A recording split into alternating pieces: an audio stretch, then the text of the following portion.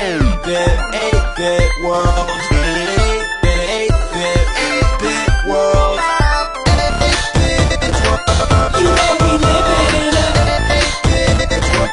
We're side-scrolling in this 8-bit world. Collecting coins in a 8-bit world. Alright, welcome everybody to the PSGB cast episode 4. Here on this pretty awesome podcast, we talk PlayStation, Nintendo, and everything else you love about video games. I'm one of your hosts, Ben Sagar, and joining me today is Ryan Wilcox. Hello, everybody. And Alex Irish. Hello.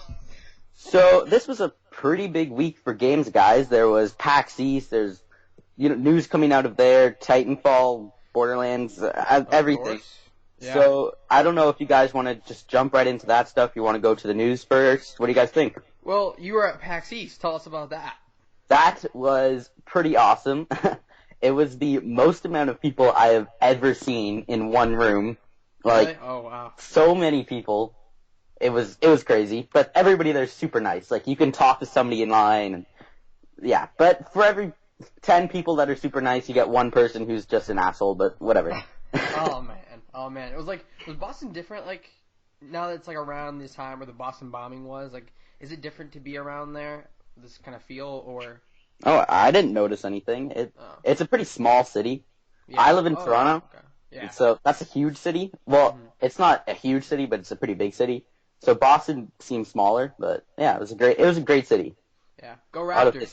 Go Raptors. But yeah. I played a bunch of games. The biggest game there was Evolve. I don't know if you guys have been looking at the Instagram, but they had this huge statue Oh, yeah, of of course. like the Beast, and it was just like the coolest thing I've ever seen. But that line to play Evolve was capped in seconds.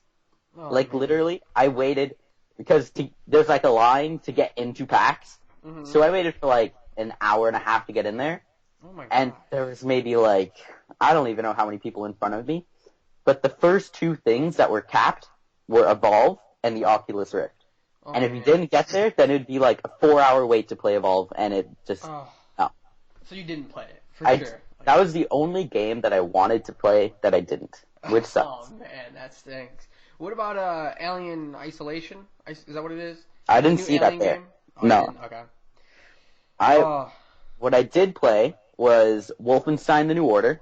Yeah. Which was, if you guys haven't seen my preview, it's looking pretty good, but I'm worried about it a little bit, but from what I played, it was good. I actually played it for a little longer than I was supposed to. Like, I played it for maybe 20 minutes, and then the lady who was working the booth came up to me, and she's like, hey, you passed how long you're supposed to play, like, 10 minutes ago. And I was like, oh, okay, oops. Oh my gosh. Yeah. So around there though, with the whole demos, for the demos, there's like a certain section that you can play, or is it like an open game where they'll only give you like one mission, or are they gonna give you a free to roam? Oh, okay, you don't have to just play this one mission. We'll let you play, from beginning to end. Well, it within 20 depends on the minutes. game. Okay. Like, I see. for the crew, there's the whole open world, Mhm. but they had the guy working the booth. He was like, alright, I'm going to put you in this mission that you do solo, and then I'm going to put you in this mission where the four of you who are playing can work together. Oh, okay. It was kind of like that, but then there were demos like Wolfenstein where it's like, here you go, and then you play for 10 minutes, and somebody tells you to stop, and you're like, okay. Yeah. And have you come to a decision on writing a preview for the crew? I am probably going to. Okay. I'm not going to be in any rush to do it, but because I really don't know much about driving games. Yeah. I bought Gran Turismo 5 and it was $20, so, Oh, and damn. I played it for a little bit because my friend really likes it. Yeah. But I really don't play any driving games, so, yeah. So I'll try to save as much of it as I can for the readers. But overall, the crew, great, good, bad, It looked horrific. pretty good. Good. It was fun to play. Mhm. I can't really compare it to much. It wasn't a sim. It's pretty arcadey. Like, Okay. there's boost. Ooh. But it looked really good. Like, the whole idea of being able to drive across the United States, and then say you're in, I don't know, like San Francisco, Mhm. and you fast travel all the way to, like, New York City, it does it instantly. Oh wow, It's just really cool. that's awesome. That's Yeah. really cool. Now, with the cars too, because I'm not much of a driving game guy, but it's fun to kind of be competitive with your friends. With the cars, are they like really like specific, or does it say like an orange car? You know what I mean? Like with Need for Speed, they're really like this is a GT506, whatever. Like were there cars like that where it was like super new, super brand new, or was it just like this is orange car? You know what I mean?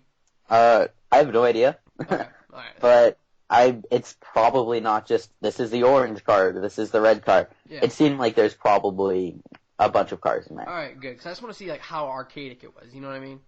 Yeah. Usually arcade games do. This is blue car, this is orange. Yeah. I just get. It's supposed to be like an MMO kind of thing. That's how Ubisoft kind of puts it, but I don't know what it's going to turn out to be. So, what are your other highs for PAX East? Like top 3 highs.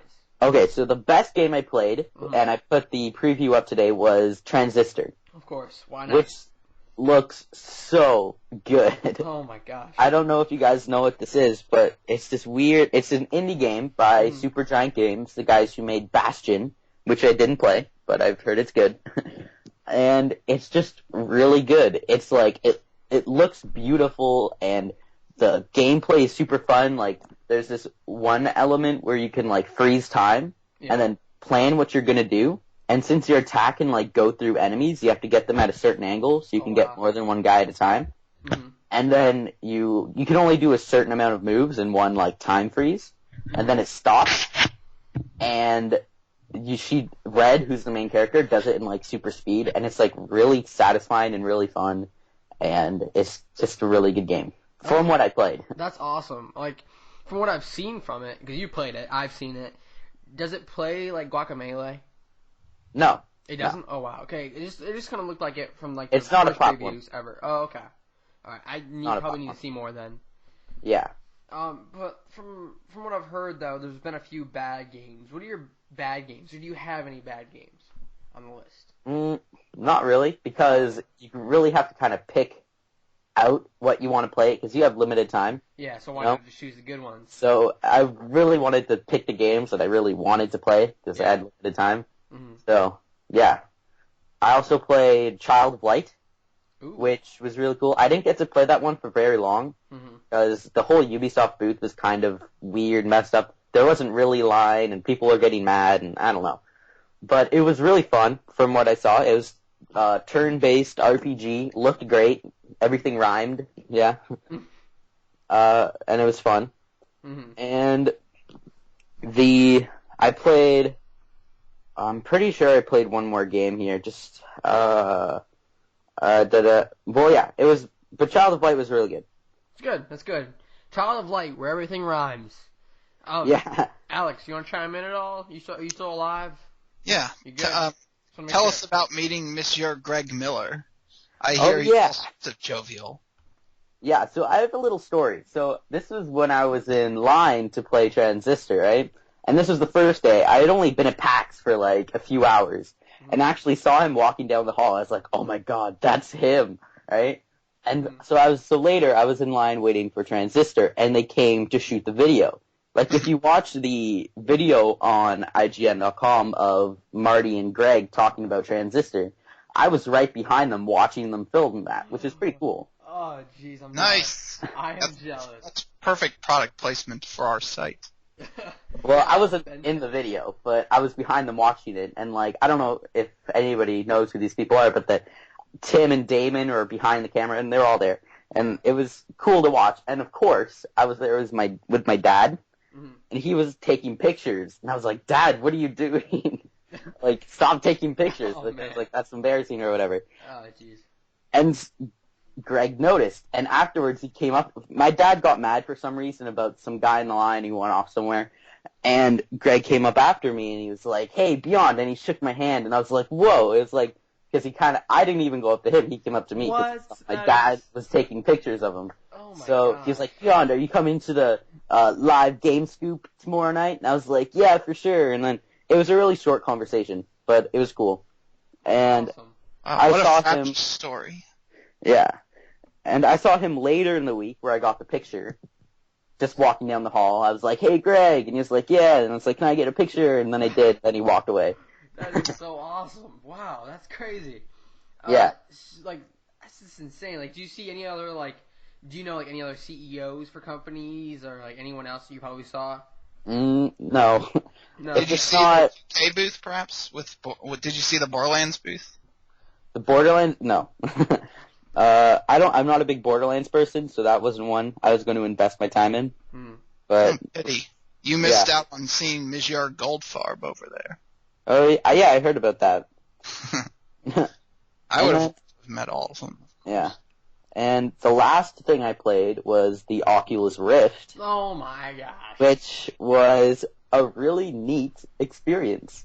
I'm jealous. Like, when I was in line waiting, which was like an hour and a half or whatever, I was kind of nervous. I was like, what's this going to be? I have no idea what's going to happen. And if you guys read my preview, I go through everything. I was playing this weird game called Couch Nights, where I was facing my dad, who was sitting in the chair next to me, and you couldn't move around in the demo. It's just like you were in a living room, and two little knights appeared on the table, and you kind of like fought. It was more of like a mini game that would appear in like something like, I don't know, like Oculus Sports or something like that. Sure. And it'd be one of the 10 games in it or something.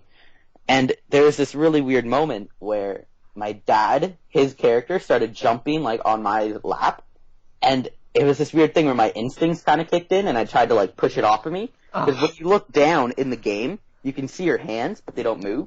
So when I tried to push it off of me, and my hands didn't do anything, there's like a split second where I kind of like felt like I was paralyzed or something. Like, it was really weird. It was really cool.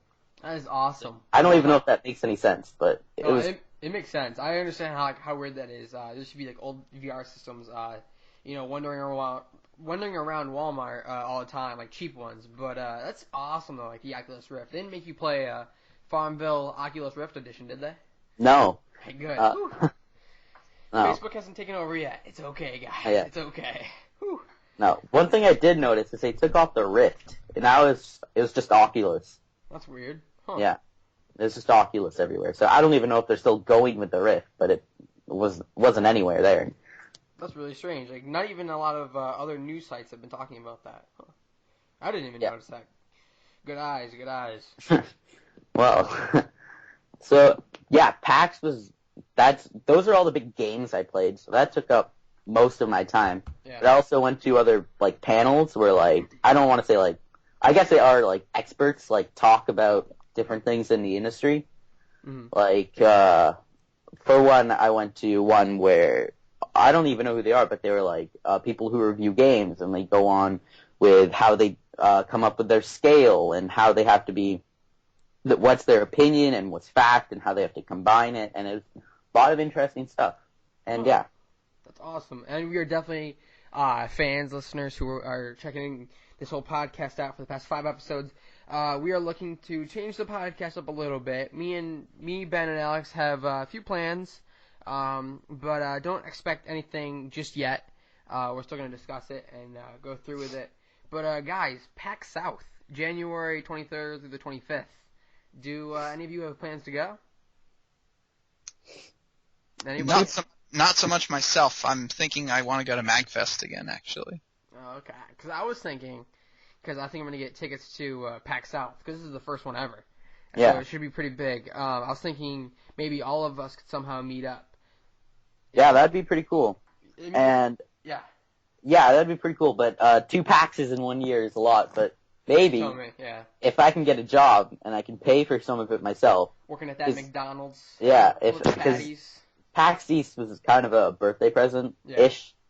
So, which is in a week now. What's the date today? It's the 16th. So 5 days is my birthday. Pretty exciting. So, awesome. If I can get a job or something, get money, maybe I can go. We'll see. Yeah. It's in Texas. Am I right? Get that Canadian dollar. Yeah. Oh, yeah, Texas. Shoot. I want to say... Oh, San Antonio. San Antonio, Texas.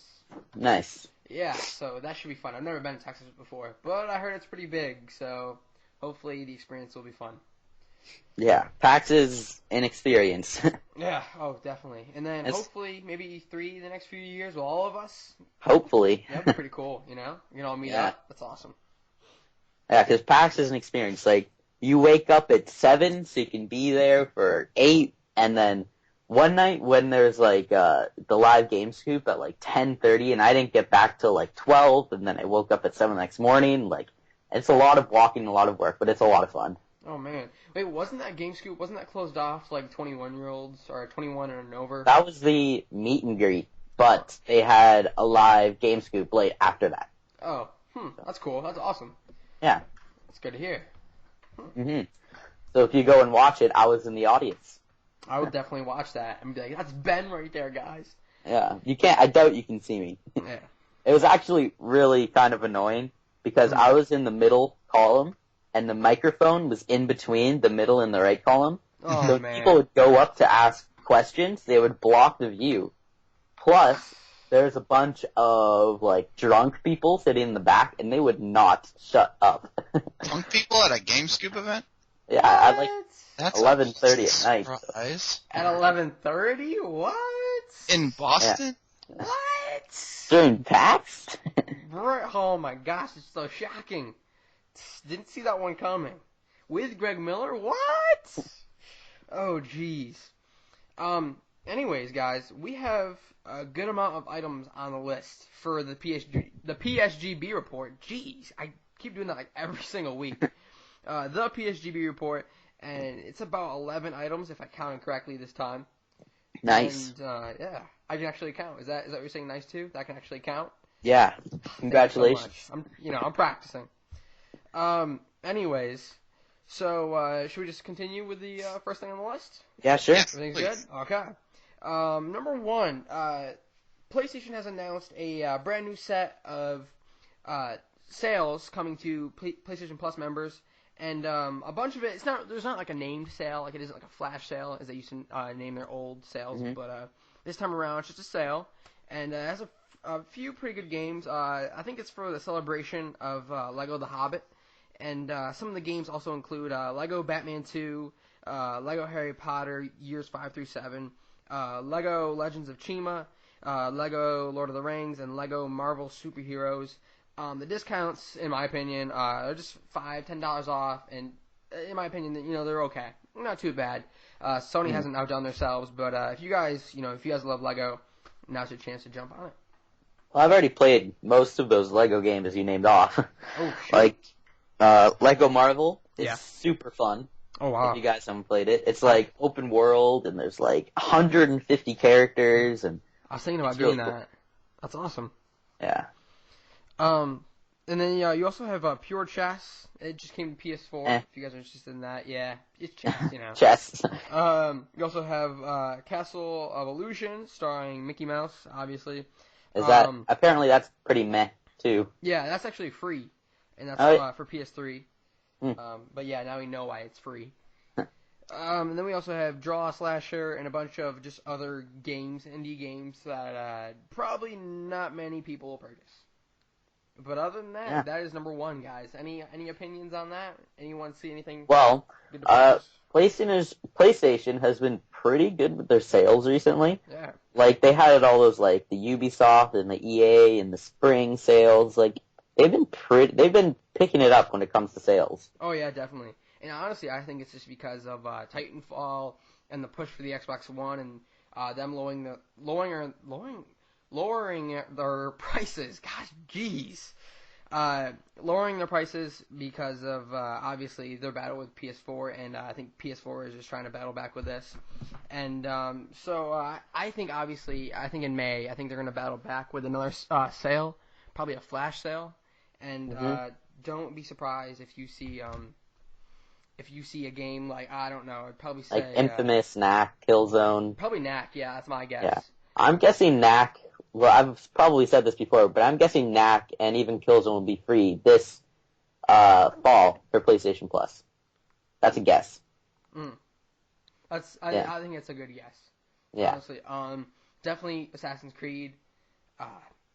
What other game was it? RBI Baseball. Do you guys know what RBI Baseball is? Nope.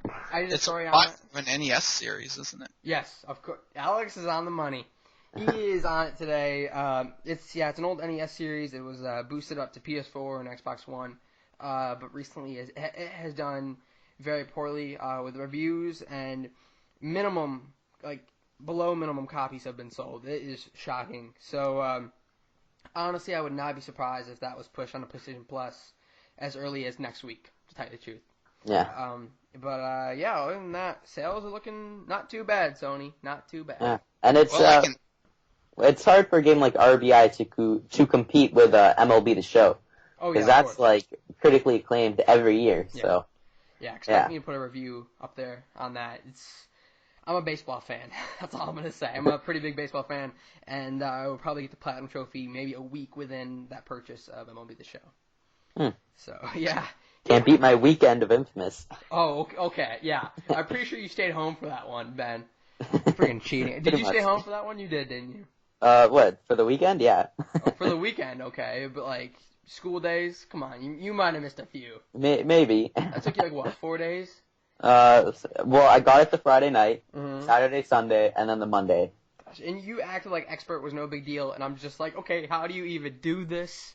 This is ridiculous. I don't know how to You get control used to this. it easy. I didn't. Oh. It was a struggle. The computer boss was, what was it? The angel, the evil angel. It's a long story.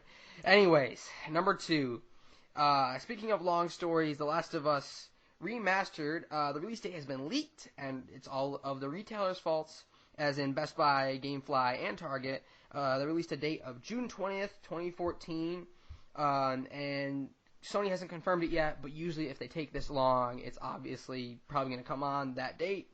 So, yeah, it's Last of Us. That's really soon, honestly, for an announcement, and it's what, 2 months down the road? Mm-hmm. Yeah, it's honestly, I think it's just like a 1-year anniversary kind of thing, and it's working for me. And it's Naughty Dog's 30th anniversary, which they're really pushing at because at PAX, people are saying Sony wasn't there. They had a little PlayStation, like, community booth, and they're really pushing, like, Naughty Dog's 30th anniversary, which you're writing about for the art book, too. Yeah, the art book. I'm honestly going to probably buy that art book, because I'm a huge fan of, I want to say Crash Bandicoot, but everything, really. Uncharted. I don't love the stories, like I said, but Last of Us, Naughty Dog is a great studio and probably should be remembered for ages and ages. It's ridiculous. Yeah. Well, I don't think I'm going to buy The Last of Us again, but it's cool that they're re-releasing it, and yeah. Now, they haven't listed a price yet. It's supposed to be $60, but it's not 100% yet on that one. Do you see yourself maybe buying it if it was $40, $30? No. No. I'm going to save my money for something else. Yeah. $40 is the average price of a remaster in HD, but if they make it $60, they would have to add something to it. Some sort of refresh. Oh, yeah, some sort of graphical bump up to justify that $60 repurchase. Well, you have the 1080p. That's what Ben was about to say, weren't you, Ben? I was going to say it has every single DLC. Yeah, included. that too. I was just about to say that. And they just announced another DLC. Do you guys remember the name of it? I was going to write a story on it. Grounded. Grounded, yeah. I'm pretty sure it's just multiplayer maps and a new, even harder difficulty. Ooh, that would be fun. That will have me playing for like 30 hours probably. Yeah. Speaking of multiplayer on PS3, did anybody catch the last rays of sunshine for the Resistance multiplayer online? Didn't even play it. Ben, did you? No. It shut off April 8th, and now those servers are no more. There will be no more Resistance online. Oh, dang it. Sorry, Well, Insomniac. Does this mean Resistance, a new Resistance confirmed? No. No, it probably means that Sony doesn't have the withdrawal to support the game anymore because those games were never that popular to begin with.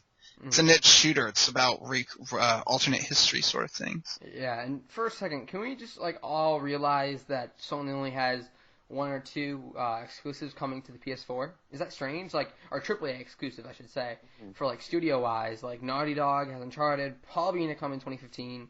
Then you have The Order 1886, probably going to come in 2015. Have you forgotten about Drive Club? I guess I forgot about Drive Club. Probably not going to happen. I don't know in Drive Club. It's all with the board. Next thing you hear is that they're going back to the whiteboard. Then the next thing you hear is it's going to come out in a week, a month, whatever. You don't know. You don't know with that. So with games like that, it honestly sounds like The Last Guardian. You know what I mean? Same exact thing. So maybe we won't see Drive Club. Tell you the truth, maybe we won't see it. But I don't know.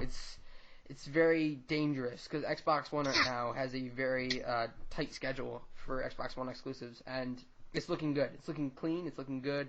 And honestly, if I was a consumer who didn't know what exactly video games were, and I looked through the Xbox One lineups compared to the PS4, I'd probably buy an Xbox One because of that.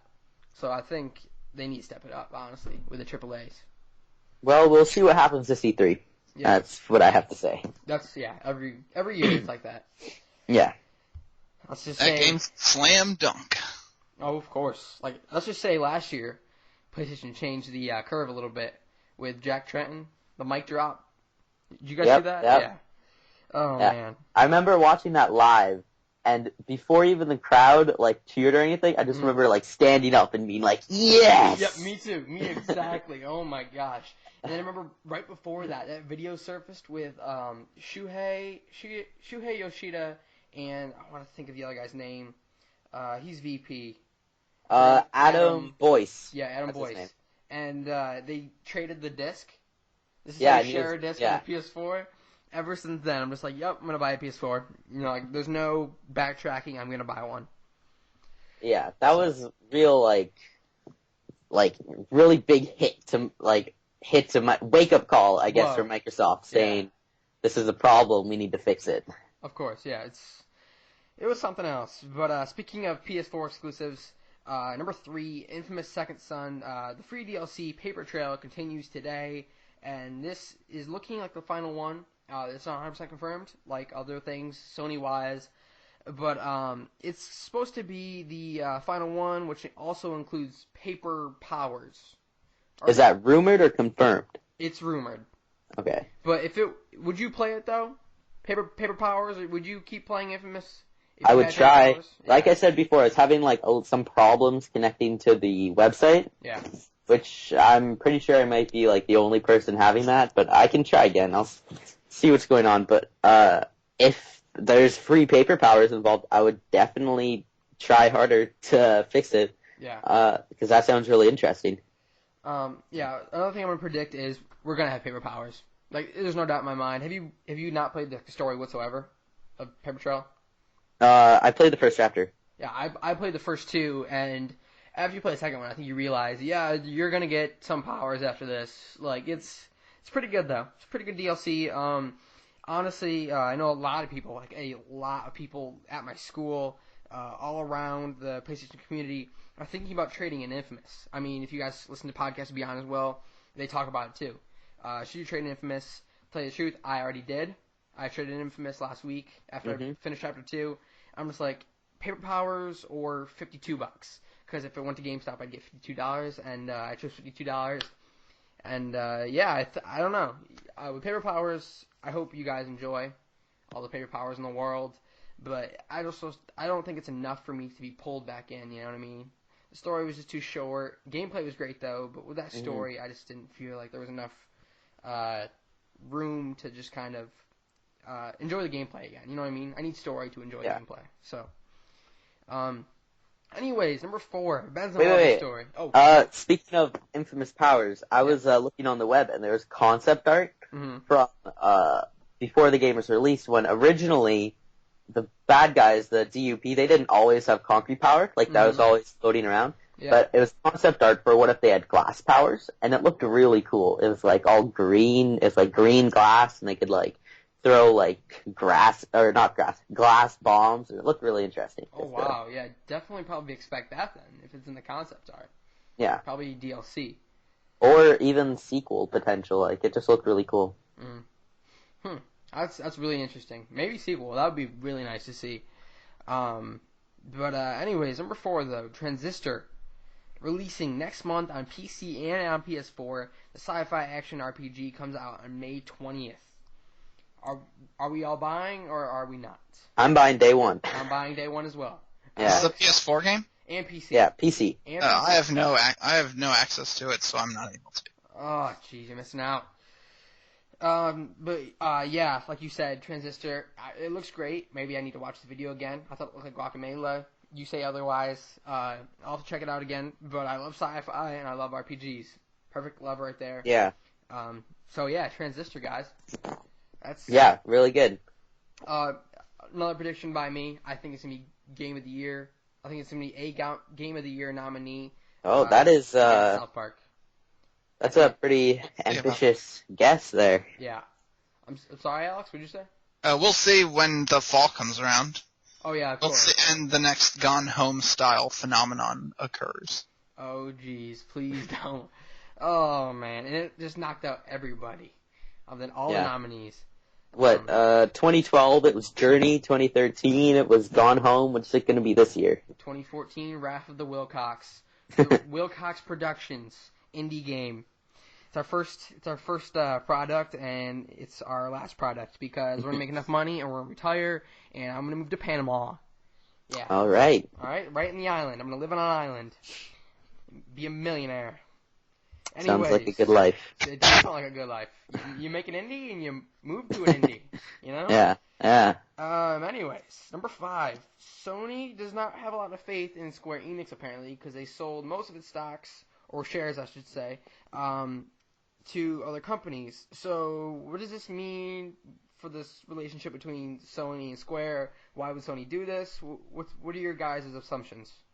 Sony would do this because Square is no longer a major asset to the PlayStation brand. Ooh, and also, it's more business related. They are selling off shares so that they can make money to pay back some of their own debts. Someone give Square Enix a Band-Aid because that was a deep cut. That was a really deep cut. That was a deep cut. But yeah, why would you think that, Alex? I mean, you have Tomb Raider, you have Final Fantasy. Well, in 2001, that was when they purchased the shares to begin with. They had an 18% stake in the company. Yeah. And that was the same year that Final Fantasy The Spirits Within came out, which, of course, tanked in theaters, critically, and with audiences.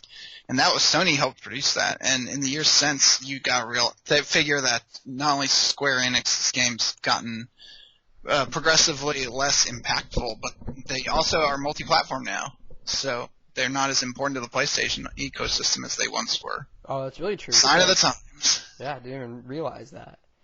Do you think that with them coming to this MMO stationary, do you think that they're losing faith in Square Enix because of that as well? Nope. Final Fantasy XIV has been really successful for them so far. 2 million subscribers at last count. Okay. I don't think Final Fantasy XIV has any real impact on the decision. Yeah. Do you think Square this is their own games have an impact on their bottom line? Oh yeah, of course. They called Tomb Raider unprofitable last year. It apparently made it into the game. It apparently made profit after the definitive edition came out. I remember reading that somewhere. So they've made money on that. Definitive edition. The whole point of it was to extrapolate further funds from a game they're trying to reap profit from. Well, Tomb Raider was pretty good, but Square Enix, sorry, Sony does not love you. Do you guys think this was like a financial aid too?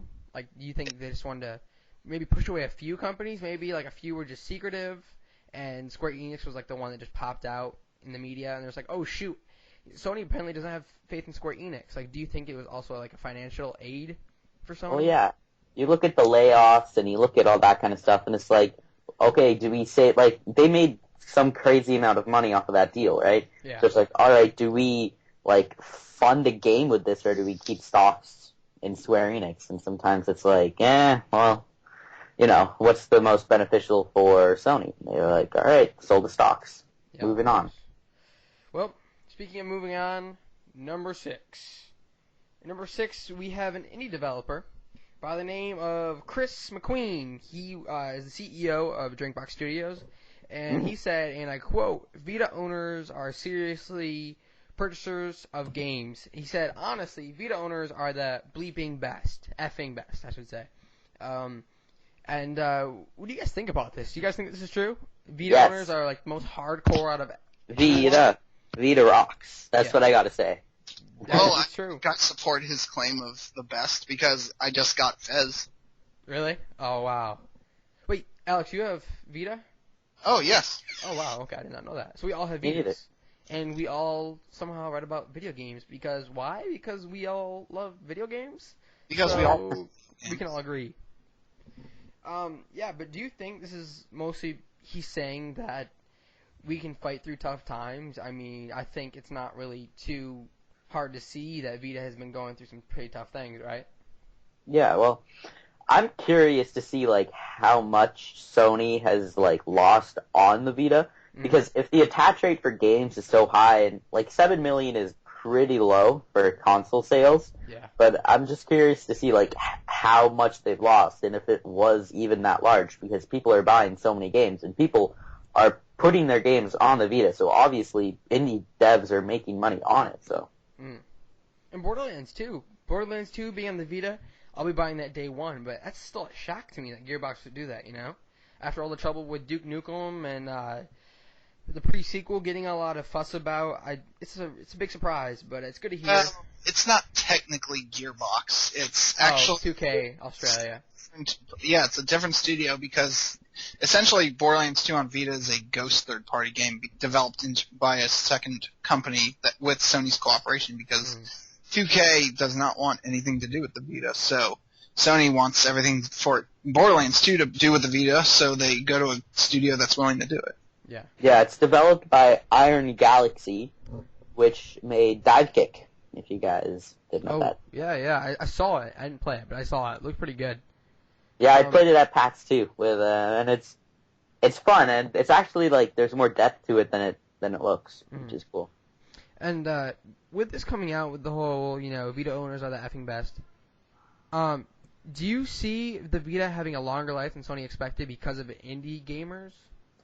Well, it might have like a very long life, because do you think even Sony will put out another handheld? Nope.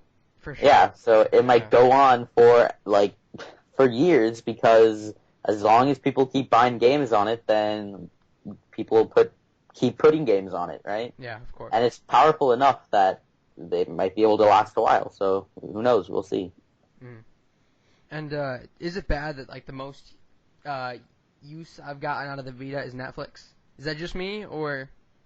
I watched some Breaking Bad, which is a good show. Good choices. I watched. Are you? I've made it to season 4, and then it's addicting, isn't it? Yeah, I watched it on my Vita, which is kind of cool. Like my brother has Netflix on his 3DS, and he used it maybe once and then stopped. When I actually used Netflix on my Vita, because it looks good. Speaking of 3DS, Alex. Ooh, that's me. Yeah, it is you. I have a personal question for you. We'll say it mid-podcast. For any of the fans who are thinking about getting a 3DS with all of these games soon to come out and with this price cut. There's no other price cut necessarily. Well, game price cut. Oh, yeah, please do. So, let's see. I have it right here. Number 7, correct? Am I 7?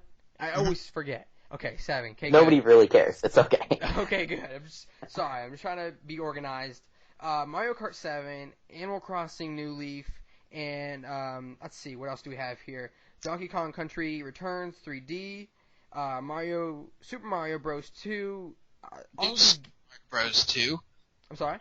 It's new Super Mario to you, sir. Oh, new. I'm sorry, okay. I'm kind of new to this whole Nintendo thing. Didn't know they existed. Super Mario 3D Land's another game. Oh. All of these are getting price drops from the average of $39.99 and $35.99 to $29.99. That's $5 whole dollars. Oh, dang. I did not realize that, to tell you the truth. I thought it was like 40, 45. I'm not a 3DS owner, though, so you would know. I think it's a phantasmic move to motivate new consumers. Oh, yeah. And it also flies in the face of the DS, because Nintendo never did a first-party discount program for it. Mm. And now this is a newer handheld with more technologically advanced games. It's perfect time to motivate people right after the end of their past fiscal year. Yeah. They want to get their numbers up for the next one. So, now I have a problem, you guys. Now, Ben, he might get angry. All right. So, I've been looking at GameStop, correct? And I was thinking about, after I might blow by Borderlands 2 on the Vita, if I should trade in my Vita for a 3DS. With all these price cuts going on, it's, as a fan of video games, and I scroll in the news, I always see price cuts, and then I also see this 3DS game gets a 9.5, this 3DS game gets a, 9.0, 9.7, Fire Emblem, 9 point whatever, like, 9.5. 9.5, he knows it too. Oh, jeez. So, like, should I... You should trade in your Vita just to get a 3DS. You can own both. I can own both. Okay, like I just get worried about how much I play both of them. I barely play Persona 4 as it is. Today I went on a field trip, and I played my Vita for like 2 hours. I played Guacamelee, and I loved it. But I'm also having like second thoughts on if I should have both, and I also have an Xbox One and a PS4. So between you guys, because you kind of all have played it or played both of them before, what is better, the 3DS, the PS Vita? That is a tough question. That's my question. Sorry, for 5 minutes. for me. Well, okay, if I go first. Yeah. Software-wise, the 3DS obviously has a huge lead, I guess, because if you look at the Vita, all the indie games are also on the PS4. Yeah. You know, so Guacamelee you can play on the PS4. Guacamelee you can play on the Wii U soon, pretty much, right? Oh, wow, yeah. But the Vita, the hardware of the Vita is like technically really impressive. Like, if you ever use remote play, it's actually pretty cool to use. Like, yeah, of course. I really don't have a use for remote play. Honestly, I've used it like 4 or 5 times, and yeah, there's just really no point really for me to use it. It's just a smaller screen and some lag every once in a while. And I have played the 3DS because my brother owns one, and there's some games like Pokemon that have really just, well, I'm not going to buy one because I can just use his, but I played some Animal Crossing, some Pokemon, and those are really good games, right? So, that's a tough question to say which is better. I think I personally prefer the Vita, just from like games like Persona and Tearaway, and just all these games I've played, but the 3DS is a really good console too. Okay. Alex, I think I know what you're going to choose, but just give me the rundown. just say 3DS. Just say it. We all know. Vita. No. What? Both Oh my God. offer a different type of experience. I think whatever you want to pick up is based on your personal preference. Like, if you like Sony more, or if you like Nintendo more, you'll choose one or the other. Yeah. But if you like all different kinds of games, hundreds of really diverse, great games, you'll want to own both ecosystems. The 3DS is more consistent, I'd say, because it has the Nintendo touch to it. And Sony's internally parties don't put as much there for all on the Vita because they also have to contend with the PS3 and the PS4. Yeah. So I think that both have their merits. The 3DS is probably the best piece of hardware on the market right now, though. Oh, wow. It's not just the games, it's also the social program that is Street Pass and Spot Pass. They add to the cohesion of the experience. Yeah, if you go to PAX, like, I saw hundreds of 3DSs. I'm not even kidding. Literally hundreds. Everybody in line has a 3DS using Street Pass or whatever. What exactly is Street Pass for a person who hasn't owned a Vita? Or a 3DS, I'm sorry. Oh. Street Pass is if you remember Nintendogs almost 10 years ago, there was a mode in it called Bark Mode where your dog data would exchange with another Nintendogs player's data. Yeah. Problem is, both DSs had to have Nintendogs load up, and they both had to have Bark Mode enabled. So Street Pass is hardware level instead of software level, where when you have the wireless on, your systems are going to connect and exchange data no matter what game is in the system. Anything can exchange. And that is awesome. That means the odds of finding other people are way higher than it ever would have been on the DS. Oh, wow. Now, for a person who wants to jump into Zelda, A Link Between Two Worlds, what is the new one for 3DS? A Link Between Worlds, if you like A Link to the Past, you'll like that game. Okay. If I'm new to the Zelda series, though, I haven't even played one, would it be okay if I jumped into this one? Sure. I kind of get the gist of the story already, but it's okay? Any Zelda is fine to jump in if you're a first-timer. Huh. Well, it looks like we have a split decision. 3DS. Zelda. Oh, what? I'm sorry? Except Zelda 2. Yeah. If you play Zelda 2 first, you will hate the series. And it hates you. Okay. Uh-oh. I'm a little scared now. Locking my doors. Zelda 2 if you're not clear on this. Oh, yeah, I know. I understand. Now, it looks like we have a tie, Vita and 3DS. I guess I'll have to decide some other day. I'm going to try to finish Guacamelee first. But yeah, it's a hard game. Oh, yeah, it's extremely hard. By the way, I was supposed to get a trophy on hard mode. Is hard mode unlockable after you finish the story? Or I don't know. Yeah, see, I have my own questions. No one put in their questions for the podcast, listeners. so I Yeah. gave in my own. But speaking of Nintendo, Sony's Shuhei Yoshida, has been banned twice on Miiverse. Alex, do you want to tell the story? Do you already know it, or? Oh yeah, this is really funny. So the first time he put his Twitter handle on a post, which is not allowed in Miiverse, you're not allowed to include Twitter handles. Mm-hmm. And then the second time he said, "I love PS," which he said they correctly interpreted to be "I love PlayStation." Ugh. You're not allowed to advertise products on Miiverse. Oh my gosh. Nintendo continues to do their dystopian vision of the future internet, which involves making it as safe as possible by not allowing the freedoms we already have on the internet anyway. Wow. So I just thought it's just a funny little story he tossed off as an aside in an interview. Yeah. I just can't believe that, honestly, that you're so restricted like that. Yeah, it's a little bit like Nintendo's always been like that. It's why there's no voice chat in Mario Kart 8, for instance. They have young listeners and they don't want kids screaming obscenities at each other. Yeah, I understand. Mhm. So, anyways, we have another Nintendo story in a row. That's like 3 in a row right there. It's kind of a surprise. Yes. There is a rumored bundle. Mario Kart 8 is rumored to be bundled with the Wii U. Kind of a perfect combination for a person like me who doesn't own a Wii U but is thinking about it. Alex, do you want to tell a story as well, or do you want me to? Oh, sure, I'd love to. This was a story from Gameblog, which is a French site, they tossed off some box art that shows the game bundled with a premium Wii U and includes a 7-day trial for Wii Karaoke U, which we don't have. Nintendo would have to be stupid not to do a bundle like this. Just crazy, because there's a history of Mario Karts being bundled with hardware. Mario Kart is probably their most successful franchise right now. It's the only other successful franchise they have besides Mario and Pokemon. And so, it's not going to be a surprise at all if this is announced. Yeah, I would be surprised if they Box didn't. art also doesn't look very fake to me. It looks like pretty authentic to the Wii U box art stylings. Theirs, of course, has the PEGI logo, so ours would just have ESRB. Yeah. Now, would you be surprised if they also had a bundle packaging Super Smash Bros. Wii U with the Wii U as well?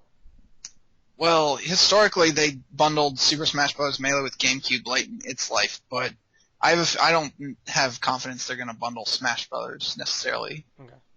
And knock on wood, of course, Smash Brothers doesn't have the mainstream reach that Mario Kart has, and to them, Smash Brothers is a dangerous brand. Oh, So yeah, of course. they might want to. They probably assume that the fan base is going to buy it no matter what, so they don't have to bundle it. Mario Kart is trickier because they want to get that wide audience that was on the Wii back, and Mario Kart 8 bundled with the Wii successor, perfect spectrum. Now, do we have a rumored price for this bundle as well for the Mario Kart 8? There's no price, no date, just the box art and the idea that it'll exist. I wouldn't be surprised if it was $300. $300? Okay, not too bad. It's pretty good for the consumers. They would not want to go back to $350 because of course. that was the Wii's used launch price, and they dropped it back in September. And then you have to consider the Mario and Luigi bundle from last holiday was also $300, as was the Zelda Wind Waker HD bundle. So, if it was $350, would you revolt and riot and also buy a PS4 while you're trading your Wii U? I wouldn't trade in my Wii U a second time after I did it early last year. What? I had to lose all my data, and I couldn't recover my Nintendo Network ID. Uh-huh. And second, I would understand business-wise why they would make it $350, but I wouldn't agree with it. Yeah. Okay. Got that profit. Well, business-wise, like, that would be kind of a decent idea if you were like Sony. But as Nintendo, personally for me, it had to be $300. If they really want to smooth down customers and definitely make it a must-buy, $250. $250, you have my wallet. You just have the whole wallet. Have my ID. Price again. I'm sorry? They won't cut the price again this early because they're already selling Wii U at a loss. Yeah. $50 I would like, but it's not going to be for another few years. Okay. I see. With Sony, they're also having some trouble. Or it was rumored back in 2008 that they were going to close down all of their studios, but Shuhei Yoshida took to Twitter and said that the rumor was kind of untrue, kind of true. Only 1 or 2 of the studios would have been shut down in 2008, but thank God, in reality, none of that happened. Do you guys want to predict what studios those were? What studios had problems in 2008? Well, this is a tricky one. It definitely wasn't like Naughty Dog or Media Molecule or Gorilla or even Japan or Sucker Punch. They have a lot of studios. I'm guessing that maybe it was one of the smaller ones, like Bend, Evolution. I don't know. Well, Maybe you were guessing it was one of the smaller ones like Big Big. Yeah, that closed a Big few years one later. able to make Little Deviants. actually, I have one question that could change this whole thing around. Ooh. So in 2008, what year did Uncharted #1 be released? Does anybody know? 2007? It was 07. It was the first holiday of the PS3. Oh, 07. Oh, Okay. I don't even know. All right, I guess we won't have a plot twist. Never mind. I was gonna say Naughty Dog and be like, what? What? Like this is a little change, but I guess not because in the beginning, Uncharted, the first one did not sell very many copies, and I was just guessing that maybe it was them. But theory debunked. Never mind. I'm gonna go back into my little cave. Yeah. Imagine if Naughty Dog was shut down, and there was no Uncharted 2, no Uncharted 3, The no... Last of Us Yeah. remastered. Oh no, I'd cry. Oh my gosh. Well, future me that actually would know that The Last of Us would exist. Yeah. Well, yeah, all that.